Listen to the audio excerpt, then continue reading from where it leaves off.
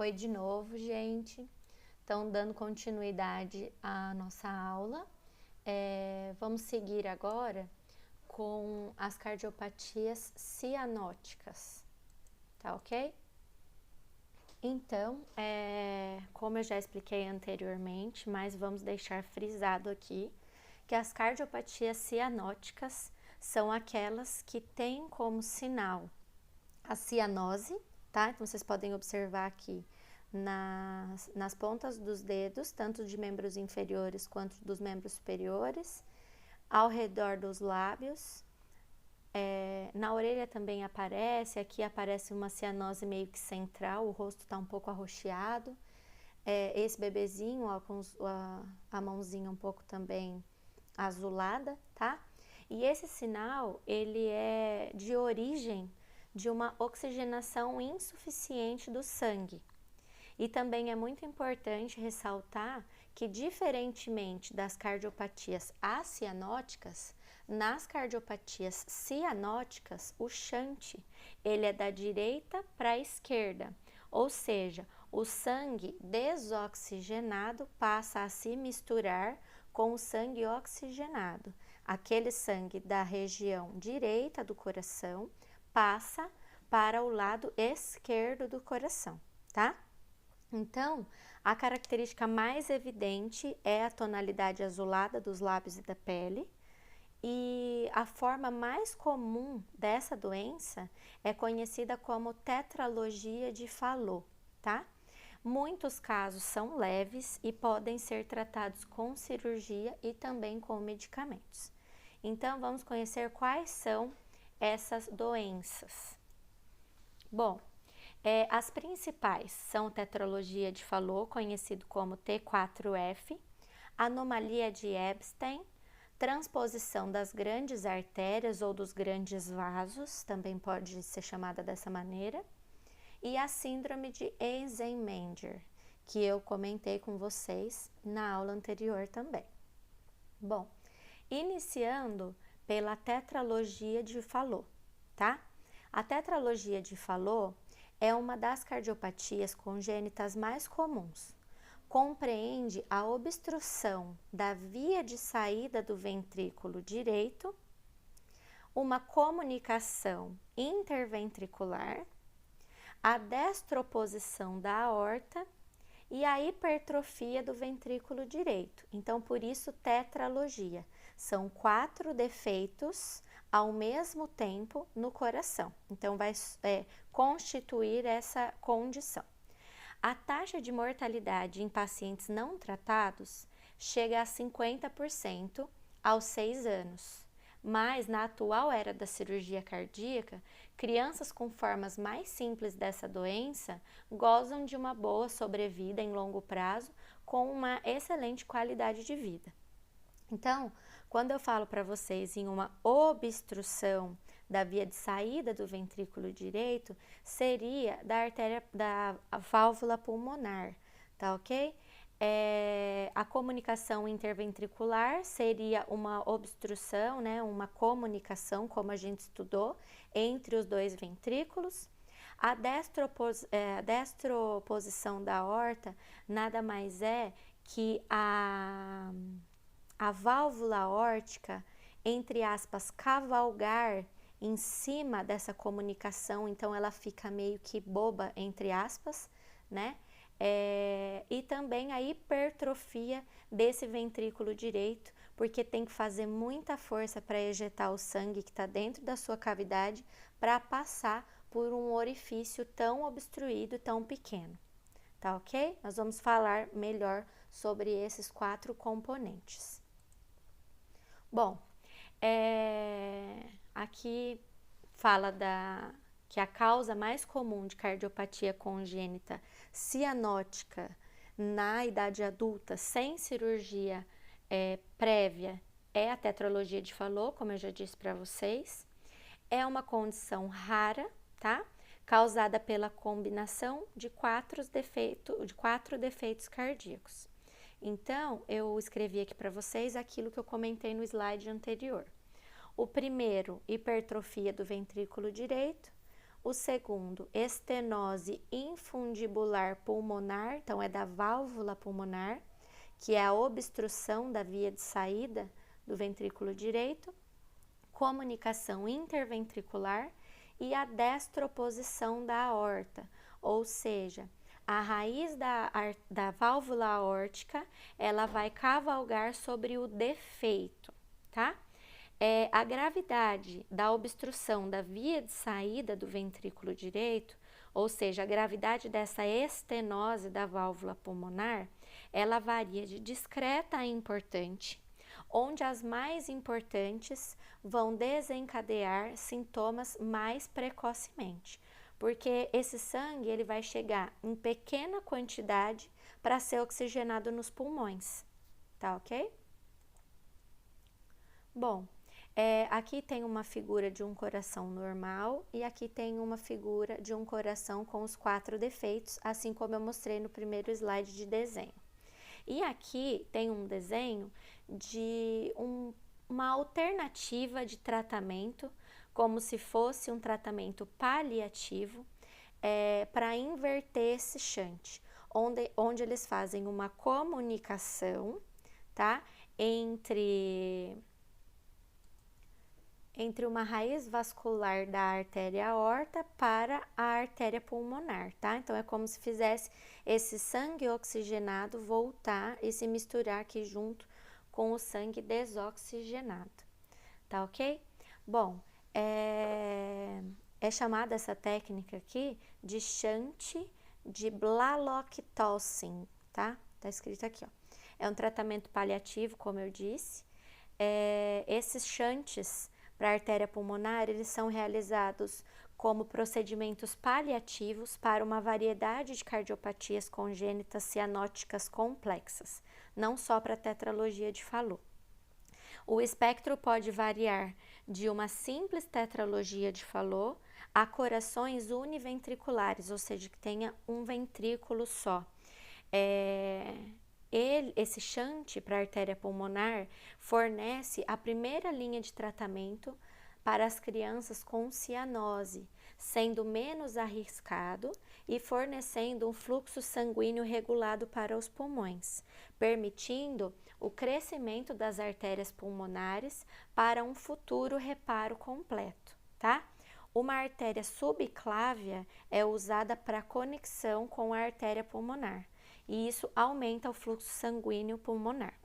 O principal objetivo dessa cirurgia paliativa é aumentar o fluxo do sangue de maneira controlada para aliviar a cianose e também melhorar a tolerância ao exercício nesses pacientes. Bom, são fatores determinantes na fisiopatologia da tetralogia de Fallot.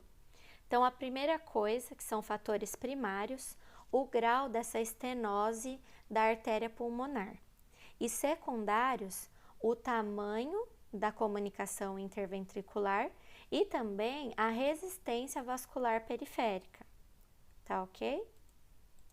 Como sinais e sintomas, eles vão constituir basicamente de dispneia e cansaço aos esforços, e as crises de hipóxia, elas são mais comuns em crianças. A cianose também está presente, os dedos em baqueta, que é uma característica do dedo em doenças cianóticas, onde o dedo ele fica achatado na ponta, segunda bulha na ausculta e também sopro sistólico em foco pulmonar. Para diagnóstico e tratamento, são necessários alguns exames complementares. O ECG, ele vai apresentar sobrecargas, sinais de sobrecarga do ventrículo direito, e a radiografia vai mostrar a área cardíaca de tamanho normal, porém com sinais de crescimento ventricular direito, o tronco pulmonar escavado e um hipofluxo pulmonar. E o ecocardiograma, ele vai mostrar as alterações morfológicas principais. Para o tratamento paliativo, pode ser usado o shunt de Blalock-Tolson que é aquele que eu mostrei para vocês, ou definitivo, com correções em uma grande cirurgia. Então, a correção completa da tetralogia de Fallot consiste no fechamento com retalho do defeito do septo ventricular, uma ampliação da via de saída do ventrículo direito, ou seja, da válvula pulmonar, com ressecção muscular e valvuloplastia pulmonar, e quando é justificado, um aumento do retalho da artéria pulmonar principal, tá ok?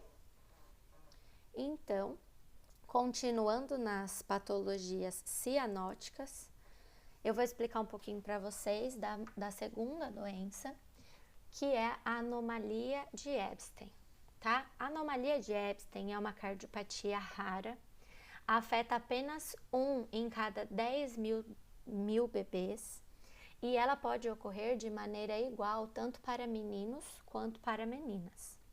É associado à etiologia da doença a utilização de derivados de lítio na gravidez, tá?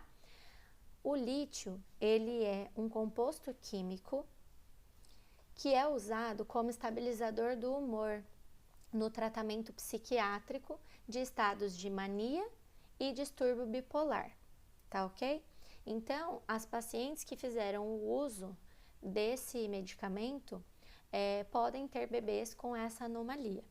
E quase sempre, quando instalada a anomalia de Ebstein, ela vem acompanhada de uma comunicação interatrial. E no que consiste essa anomalia?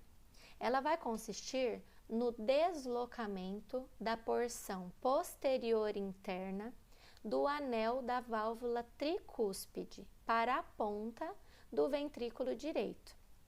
Ou seja, uma porção do ventrículo direito, essa porção aqui, ela vai se tornar atrializada. Então, é como se a válvula ficasse muito lá embaixo. Então, eu tenho um átrio maior, né, e um ventrículo menor. Então, fala-se que uma porção do ventrículo direito vai se tornar atrializada, ou seja, o átrio invade um pedaço do ventrículo. E o ventrículo direito funcional, ele vai ter uma redução de tamanho, porque o átrio pegou um pouco do espaço dele, tá ok?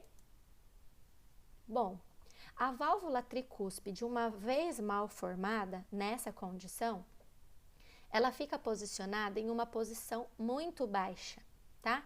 Permitindo que o sangue, ele regurgite, ou seja, ele escapa para trás do ventrículo para o átrio. Então, o sangue ele tem que escorrer do átrio para o ventrículo. Quando o ventrículo vai contrair para ejetar o sangue para a artéria pulmonar, esse sangue escapa uma porção para trás, passando do ventrículo direito para o átrio direito. O grau de comprometimento da função desse ventrículo direito vai depender do tamanho da porção atrializada, ou seja, de quanto o átrio tomou de espaço desse ventrículo, das dimensões do ventrículo direito funcional, então qual o tamanho que ele ficou, e do grau da regurgitação tricúspide. Então, quando esse ventrículo contrai, quanto desse sangue é perdido, ou seja, extraviado, voltando para o átrio. Qual o grau dessa regurgitação, tá? Então, o grau de comprometimento da função vai depender desses 3 fatores. Essas anormalidades causam um aumento do átrio, tá? Atrialização do ventrículo, e isso leva a uma insuficiência cardíaca, um backup do fluxo sanguíneo que resulta de acúmulo de líquido nos pulmões, porque uma vez esse átrio direito sobrecarregado, a tendência é sobrecarregar toda a circulação que vem antes dele, ou seja, a circulação pulmonar, certo? O fluxo insuficiente de sangue vermelho para o corpo vai gerar também a síndrome de baby blue ou blue baby, que é a síndrome do bebê azul. E aqui uma foto característica de um bebê azul. Tá ok? Bom, as formas graves dessa anomalia são bastante incomuns. Podem causar grande aumento do coração, mesmo pré-natal, que ele enche a cavidade do peito do bebê e ocupa as áreas dos pulmões, que acabam por ficar muito pequenos. Se essa condição for instalada, o prognóstico é muito ruim. Porém, muito mais comuns são as formas mais leves da doença, que são tratáveis e geralmente com prognósticos favoráveis. Como sinais e sintomas associados, geralmente o paciente vai apresentar dispneia, fadiga e arritmia. Recém-nascidos que apresentam sinais e sintomas no nascimento são geralmente graves, apresentando diminuição dos níveis de oxigênio, um aumento da área cardíaca e esses pulmões estão subdesenvolvidos. Para as crianças que têm um defeito mais suave, sinais e sintomas podem surgir de forma mais gradual e mais tarde, na infância. O diagnóstico ele é feito pela radiografia de tórax e pelo ecocardiograma principalmente para investigar a anatomia e a morfologia desse órgão. E o tratamento para a forma mais branda consiste de medicamentos que controlam a evolução da insuficiência cardíaca ou os ritmos cardíacos anormais.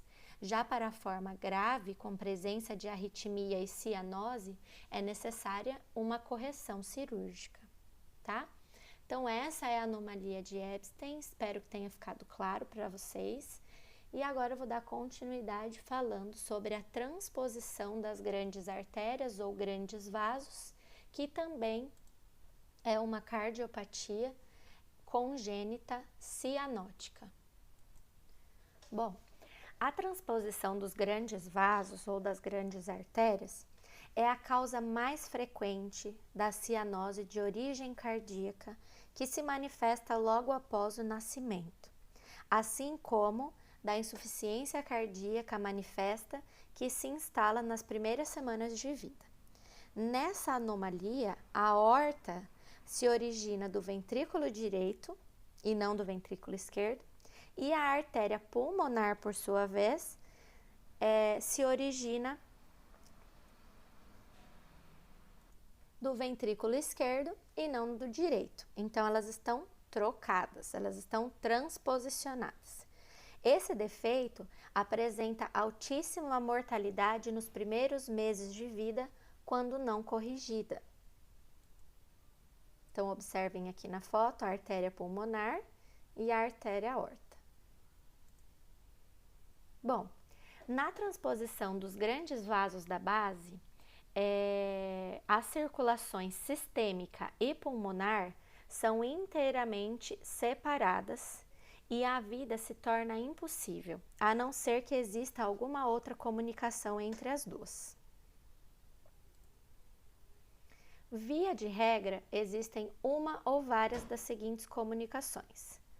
A persistência do foramen oval, que é aquele foramen entre os átrios, no septo interatrial, uma comunicação interatrial de outra origem, que não seja a persistência desse forame, a comunicação interventricular ou a persistência do canal arterial, tá?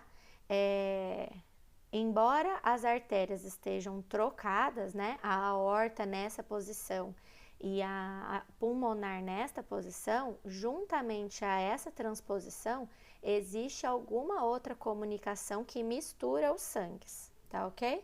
Se elas forem separadas totalmente, é incompatível com a vida.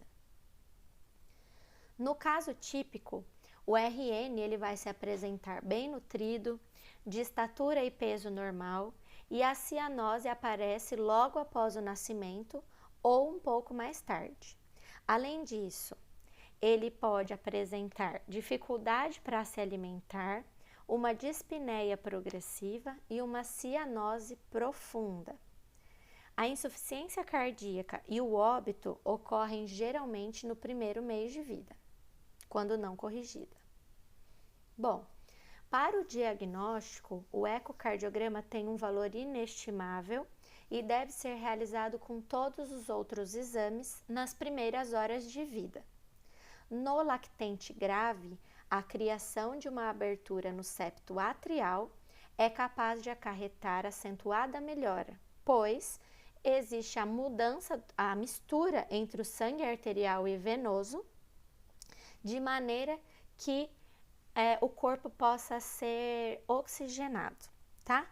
Esse método é chamado de método de Hershkind, que possibilita a sobrevida até o final do segundo semestre de vida ou até fazer a correção.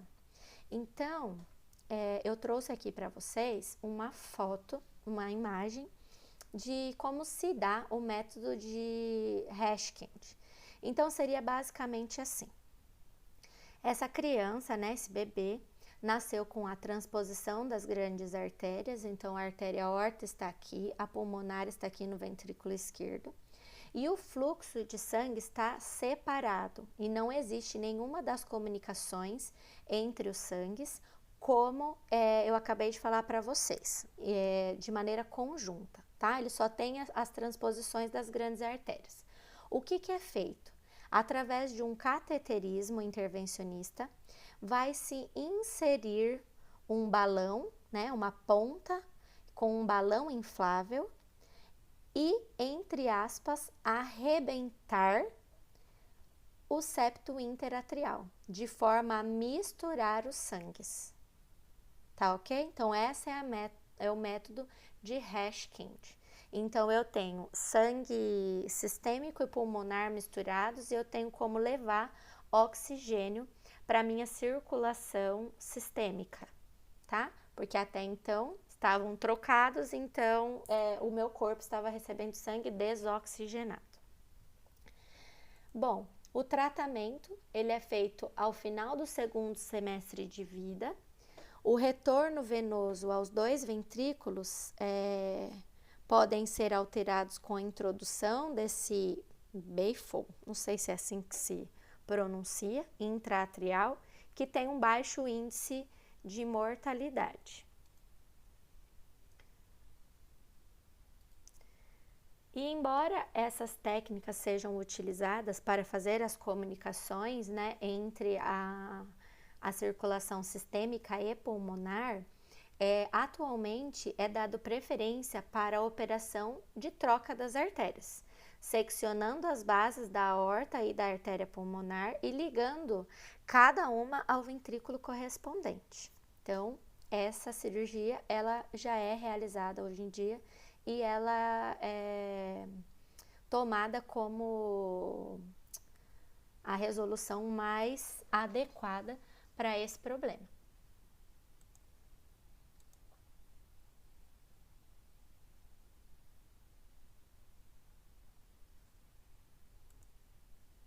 Bom, sobre a transposição era isso que eu tinha para falar para vocês e agora a gente vai conversar um pouco sobre a síndrome de Eisenmenger, tá?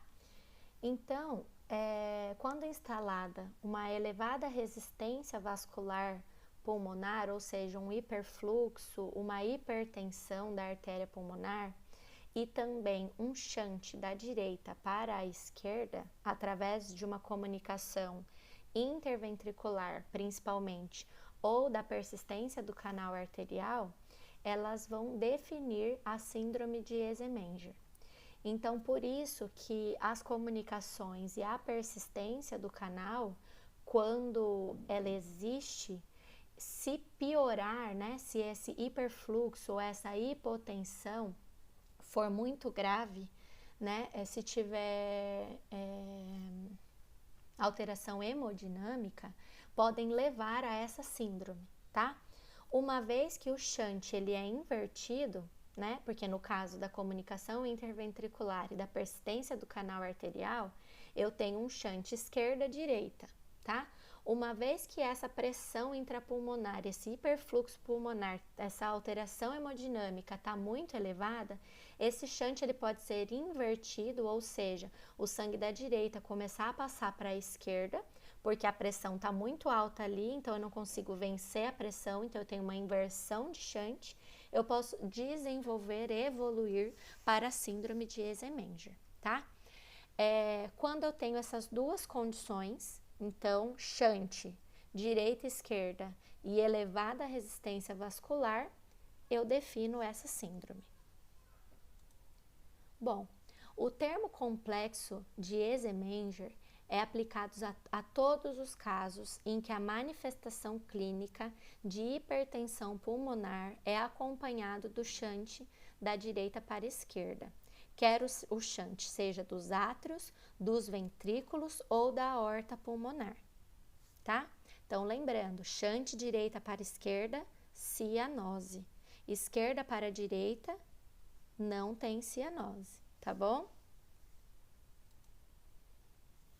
Bom, não se conhece a etiologia da doença vascular pulmonar que leva à hipertensão pulmonar. Porém, os seguintes fatores podem estar associados. Primeiro, a ação prolongada de elevado fluxo sanguíneo pulmonar. Então, por muito tempo eu tenho um hiperfluxo pulmonar e isso não é corrigido. Então, pode ser um fator. Ação prolongada de elevada pressão na artéria pulmonar.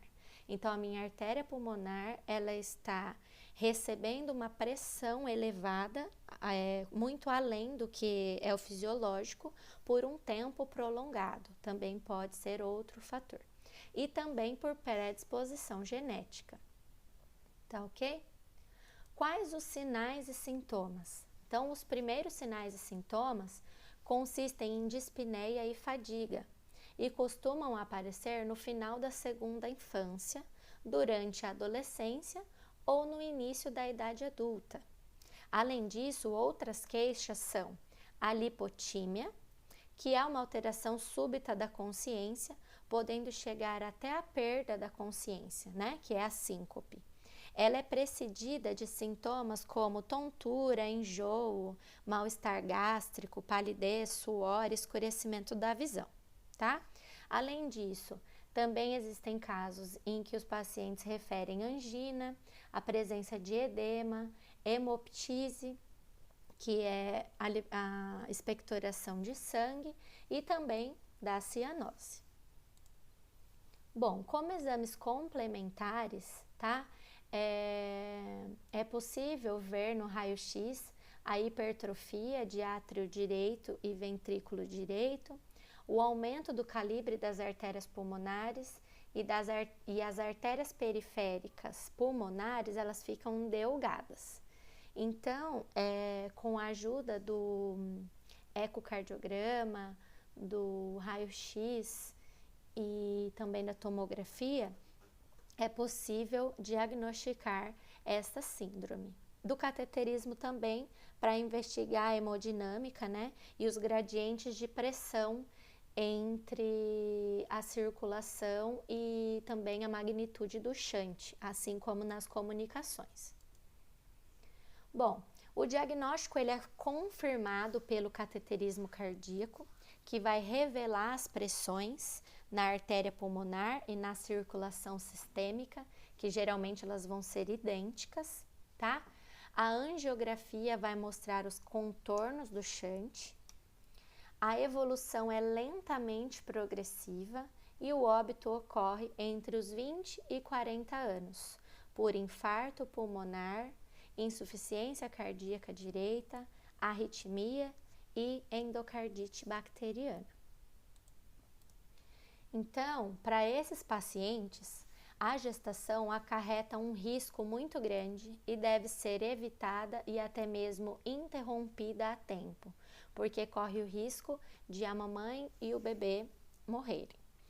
O tratamento convencional da insuficiência cardíaca pode trazer algum alívio passageiro para essa condição, porém não existe outro tratamento cirúrgico a não ser o transplante combinado de coração e pulmão, já que o defeito principal é a alteração irreversível nas pequenas artérias pulmonares. Ou seja, a síndrome de Eisenmenger ela é uma das mais graves das doenças congênitas cianóticas. Tá ok? Bom, pessoal, era isso que eu tinha para falar para vocês de cardiopatias congênitas. Eu espero que eu tenha conseguido passar para vocês a informação de uma maneira simples. Me deixo à disposição, né? Através do meu e-mail, do WhatsApp que vocês já têm, ou aqui pelo contato no Google Classroom. Fiquem com Deus, um beijo em cada um de vocês e até a próxima aula.